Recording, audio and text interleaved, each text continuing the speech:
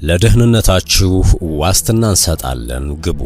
ጋምቤላ ጥብቅ ማስጠንቀቂያ ተሰጥቷል። እንመለስበታለን። አቡነ ማትያስ ጭቆናው በዝቷል እያሉ ነው። ፓትርያርኩ በእምነታችን ተጨቆንን ሲሉ ያወጡትን መግለጫ እንመለከታለን። የትግራይ ነጋዴዎች አብይን እየተማጸኑ ነው። እንደዚሁም ሁሉም ጦር መሳሪያውን ይዞ ይነሳ፣ የእስራኤል ጦር ወደ ሀገራችን አይገባም ሲል ስላወጀው አካልም የምንላችሁ ይኖርናል። ሌሎችም ጉዳዮች ተካተዋል። ጤና ይስጥልን። የሰዓቱ የመረጃ ጥንቅራችን ተጀምሯል። በመግቢያችን ላይ ያደመጣችሁትን አበይት ነጥቦችን ዝርዝር መረጃዎቻቸውን እንደሚከተለው እናጋራችሁ።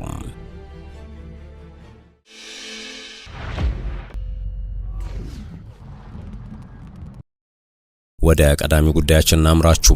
የጋምቤላ ክልላዊ መንግስት ሁሉም የመንግስት መስሪያ ቤቶች ሰራተኞቻቸውን ወደ ስራ መመለሳቸውን እንዲቆጣጠሩ ማሳሰቢያ ሰጠ። ይህን ማሳሰቢያ ለሁሉም የክልሉ መስሪያ ቤቶች በጻፈው ደብዳቤ ያስተላለፈው የክልሉ ፐብሊክ ሰርቪስና የሰው ሀብት ልማት ቢሮ መሆኑን ከደብዳቤው ላይ መመልከቱን ጠቅሶ የዘገበው ቢቢሲ ነው። ቢሮው አሁንም የጸጥታ ስጋት ባለባቸው አካባቢዎች የመንግስት ሰራተኞች ወደ ስራ ሲገቡና ሲወጡ ጥበቃ እንደሚደረግላቸው ማረጋገጫ መስጠቱን ዘገባው ጠቅሷል። የክልሉ መንግስት ሰራተኞች ወደ ስራ እንዲመለሱና መስሪያ ቤቶችም ሰራተኞቻቸውን በስራ ገበታቸው ላይ መገኘታቸውን እንዲያረጋግጡ ያሳሰበው የመንግስት መስሪያ ቤቶች በተለይም በጋምቤላ ከተማ በኢታንግ ልዩ ወረዳና በጋምቤላ ወረዳ በተከሰተው ግጭት ሳቢያ ለ3 ሳምንታት ስራ አቁመው ከቆዩ በኋላ ነው። ሆኖም ግጭት የተከሰተባቸው አካባቢዎች ቀስ በቀስ ወደ መረጋጋት በመመለሳቸው የመንግስት ሰራተኞች ወደ ስራ እንዲመለሱ የክልሉ መንግስት መወሰኑን ቢሮ ገልጿል ተብሏል። ከዚሁ ጋር በተያያዘ ኢትዮጵያ ውስጥ በጋምቤላ ክልል አንዳንድ አካባቢዎች ተከስቶ የነበረውን ግጭት ለመቆጣጠር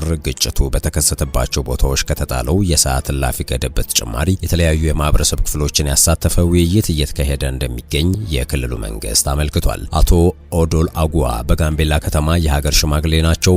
ግጭት በተደጋጋሚ በሚከሰትባቸው የኑዌርና አኙዋ ወረዳዎች የማህበረሰብ ተወካዮችና የፌዴራል መንግስት ባለስልጣናት በተገኙበት የሰላም ጉባኤ መካሄዱን ጠቁመዋል። በውይይቱ ከተነሱ ነጥቦች መካከል የሚከሰቱ አለመግባባቶችን ሰላማዊ በሆነ መንገድ መፍታት፣ በጋምቤላ ከተማ ዙሪያ አቦል በተባለው ወረዳና ኢታንግ ልዩ ወረዳ በሰላማዊ ሰዎች ላይ ጥቃትን የሚያደርሱ ታጣቂዎችም ትጥቅ እንዲፈቱ የሚሉት እንደሚገኙበት አብራርተዋል። በክልሉ ዋና ከተማ ሰዓት እላፊ ገደብ ከታወጀ ወዲህ አንጻራዊ ሰላም አለ ያሉት አቶ ኦዶል በምሽት አልፎ አልፎ ተኩስ የሚከፍቱ ግለሰቦች እንዳሉም ጠቁመዋል። በጋምቤላ ከተማ በተካሄደው የሰላም ጉባኤ የተሳተፉ የሁለቱ ማህበረሰብ ተወካዮችም ድንበር አቋርጠው ጥቃት ይፈጽማሉ ያሏቸውን ታጣቂዎች እንዳሉ ጥያቄ ያነሱ ሲሆን እስካሁን በግጭት መካከል የተጎዳም ሆነ እርምጃ የተወሰደበት ድንበር ጥሶ የገባ ታጣቂ ኃይል ግን አለመገኘቱን ሌላው የውይይቱ ተሳታፊ ተናግረዋል። በክልሉ ባለፉት 3 ሳምንታት ግጭት የተስተዋለባቸው እንደ ኢታንግ ልዩ ወረዳና አቦል የተባለው ወረዳ ያሉ ስፍራዎች ከፍተኛ ሰብአዊ ጉዳት የደረሰባቸው ቦታዎች እንደሆኑም ተመላክቷል። በክልሉ ዋና ከተማ እንደጀመረው ውይይት በሁሉም ግጭት የተከሰተባቸው ወረዳዎች የሰላም ጉባኤ እንደሚካሄድ ተገልጿል። በክልሉ በተለይም ወደ ላሬ የተባለ የኑዌር ዞን ወረዳ የሚወስዱ መንገዶች ዝግ ሆነው መቆየታቸውን የተናገሩት ሌላኛው አስተያየት ሰጪም የሰዎች እንቅስቃሴ በአካባቢው ተገድቦ እንደሚገኝ ገልጸዋል። በክልሉም ተርፋም በተባለው ቦታም ብሔርን መሰረት ባደረገው ጥቃት ባለፈው ሳምንት በርካታ ሰዎች መጎዳታቸው ተነግሯል።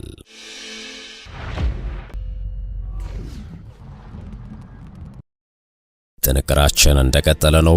ብፁዕ ቅዱስ አቡነ ማትያስ በዓለም ዙሪያ በክርስቲያኖች ላይ እየደረሰ ያለው ጭቆናና መገለል እያየለ መምጣቱን ገልጸዋል። የኢትዮጵያ ኦርቶዶክስ ተዋሕዶ ቤተክርስቲያን ፓትርያርክ ብፁዕ ቅዱስ አቡነ ማትያስ በዓለም ዙሪያ በክርስቲያኖች ላይ የሚፈጸሙ ስደት፣ ግድያና እገታዎችን በመጥቀስ በአሁኑ ወቅት ክርስትና በከፍተኛ ሁኔታ እየተገለለ መሆኑን ገልጸዋል። ፓትርያርኩ የገና በዓልና የፈረንጆቹን ዘመን መለወጫ አስመልክተው ባስተላለፉት መልእክታቸው የቴክኖሎጂ እድገትንና ቁሳዊ ምቾትን ጨምሮ ዘመናዊ ስልጣኔ ያስመዘገባቸው ውጤቶች እውቅና ሰጥተዋል። ሆኖም ግን ይህ ስልጣኔ ለክርስትና እምነት የማይመችና ፈታኝ ሁኔታ መፍጠሩን ጠቁመዋል። በዓለም ላይ ቁጥሩ ከፍተኛ የሆነ ሕዝብ ክርስትናን የሚከተል ቢሆንም በዘመናችን ግን ክርስትና በተለያዩ ምክንያቶች ወደ ጎን እየተገፋ መሆኑን እያየን ነው ብለዋል ቅዱስነታቸው።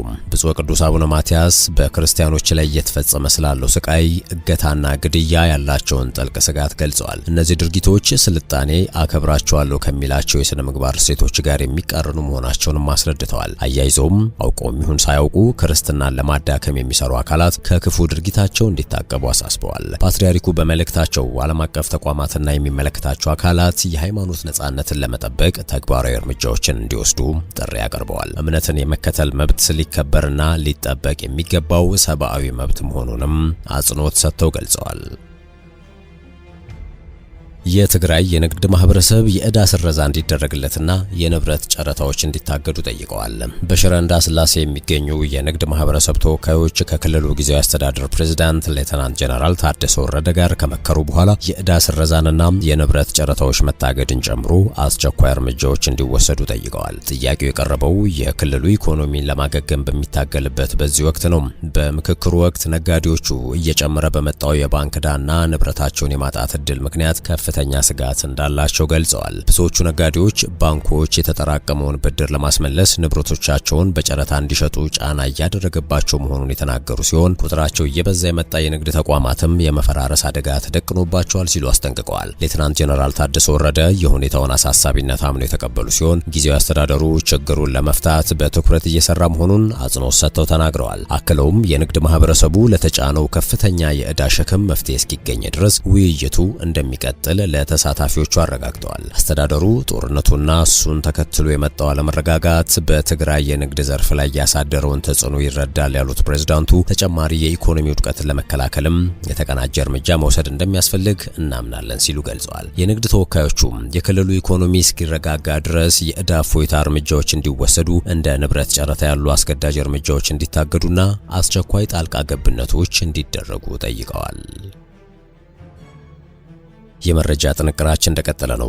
ወደ ቀጣዩ መረጃችን እንለፍ። የቀድሞ የሰላም ሚኒስትር ዴኤታ አቶ ታዬ ደንዳ ያቀረቡት የዋስትና ጥያቄ ውድቅ ተደርጓል። የፌዴራሉ ከፍተኛ ፍርድ ቤት ልደታ ምድብ አንደኛ የጸረ ሽብርና ሕገ መንግስታዊ ጉዳዮች ወንጀል ችሎት ሐሙስ ታህሳስ 23 ቀን 2018 ዓ.ም አቶ ታዬ ያቀረቡትን የዋስትና ጥያቄ ውድቅ አድርጓል። ከቀረቡባቸው 3 ክሶች መካከል አንዱ እንዲሻሻልም ወስኗል። ችሎቱ ትላንት የተሰየመው በአቶ ታዬ ላይ አቃቤ ሕግ በመሰረታቸው 3 ተጨማሪ ክሶች ላይ ቀረበው የክስ መቃወሚያና የዋስትና ክርክር ላይ ብይን ለመስጠት ነበረ። አቶ ታዬ ረቡዕ ታህሳስ 22 ቀን 2018 ዓ.ም በካቴና ታስሬ ችሎት አልቀርብም ብለው በመቃወማቸው የተነሳ የቂሊንጦ ማረሚያ ቤት ሊያቀርባቸው እንዳልቻለ ተናግሮ ነበረ። በትላንትናው ዕለት በእጃቸው ካቴና ታስሮ የቀረቡት አቶ ታዬ ከዚህ በፊት ያለ ካቴና እንዲቀርቡ በቃል ትዕዛዝ ተሰጥቶላቸው እንደነበር በመግለጽ ያ ውሳኔ አለመከበሩን ተናግረዋል። ነገር ግን የችሎቱ ትዕዛዝ በጽሁፍ በክስ መዝገቡ ላይ ባለመካተቱ የማረሚያ ቤቱ ፖሊሶችን ተፈጻሚ ማድረግ እንዳልቻሉ ተነግሯል። ሐሙስም በችሎት ውሎ አቶ ታዬ ያቀረቡት የዋስትና ጥያቄ ውድቅ በመደረግ አንዱ ክስ እንዲሻሻል የተወሰነው ተከሳሹ እጃቸው በካቴና ታስሮ ችሎት ላይ ላለመቅረብ የወሰኑት አለርጂ አለብኝ በማለት ነበረ። አቶ ታዬ ከዚህ ቀደም ከቀረቡባቸው 3 ክሶች በሁለቱ ነጻ ሲባሉ የጦር መሳሪያ ሕግን በመተላለፍ ክስ ግን ጥፋተኛ ተብለው የ7 ዓመት ከ2 ወር እስር ተፈርዶባቸዋል። ችሎቱ የአቶ ታዬን መዝገብ ለማየት ለጥር 13 ቀን 2018 ዓ.ም ቀጣይ ቀጠሮ ሰጥቷል።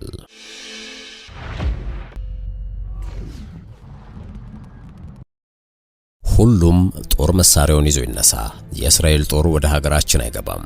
ቀጣዩ መረጃችን ነው። ቴል አቪቭ ለሶማሊላንድ የሰጠችውን የነጻ ሀገርነት እውቅናን በመቃወም እስላማዊው ታጣቂ ቡድን አልሻባብ ሶማሊያውያን በእስራኤል ላይ ጠመንጃ እንዲያነሱ ጥሪ አቅርቧል። የቡድኑ ቃል አቀባይ ባስተላለፈው በቪዲዮ የተቀረጸ መልእክት ሶማሊያውያን ሀገራቸውን ከእስራኤል ለመከላከል ታጥቀው እንዲነሱም ጥሪ አስተላልፏል። የአልሻባብ ቃል አቀባይ ሼክ አሊ ሙሐመድ ራጌ ወይም አሊ ዳሂር ባቀረበው ጥሪ የሶማሊላንድ መሪዎችን ከሃዲ በማለት በሶማሊያ ሕዝብ ላይ ቀኝ ግዛትን ጋብዘዋል ሲል ከሷል። ማንኛውም የሰለጠነና መሳሪያ ያለው በተለይም ወጣቶች ካሉበት ቦታ ሆነው በእስራኤል ላይ ጦርነት መጀመር አለባቸው በማለት አይሁዳውያንን ኢላማ እንዲያደርጉም ጥሪ አቅርቧል። መሳሪያም ሆነ ስልጠና ለሌላቸው ደግሞ ቡድኑ የሚያስፈልጋቸውን ለማቅረብ ዝግጁ መሆኑን በመጥቀስ እንዲቀላቀሉት ጥሪ አስተላልፏል። በበርካታ ሀገራት በሽብርተኝነት ከተፈረጀው ከዓለም አቀፉ ቡድን አልቃይዳ ጋር ትስስር እንዳለው የሚነገርለት አልሻባብ ሞቃዲሾን ጨምሮ በተለያዩ የሶማሊያና የምስራቅ አፍሪካ ሀገራት ውስጥ የሽብር ጥቃትን በመፈጸም ይታወቃል። የሶማሊያ መንግስትን ለመጣል የሚዋጋው ቡድኑ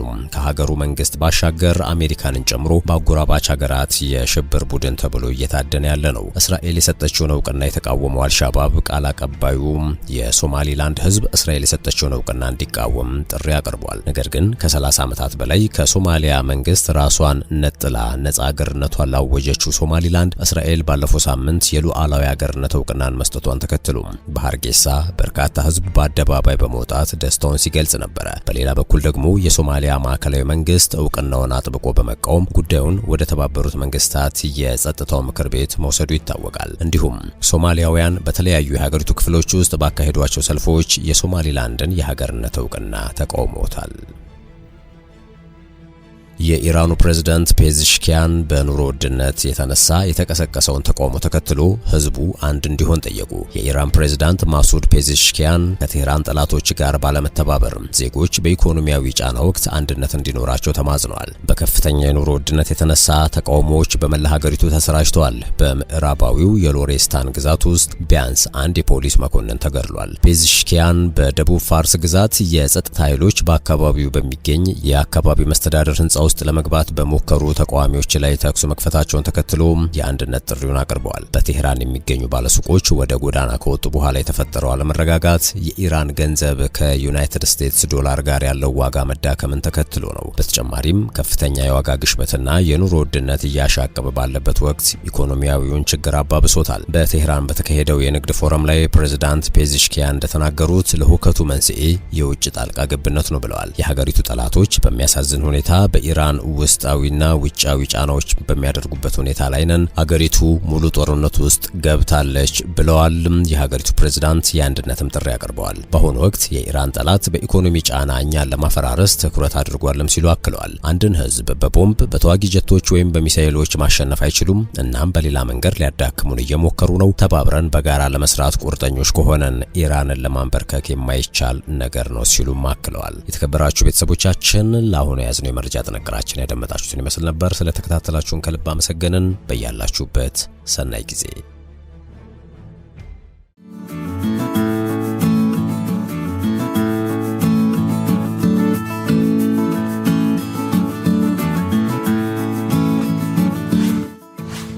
ሸገር ታይምስ ሚዲያን ሰብስክራይብ በማድረግና ደወሉን በመጫን ይከተሉን።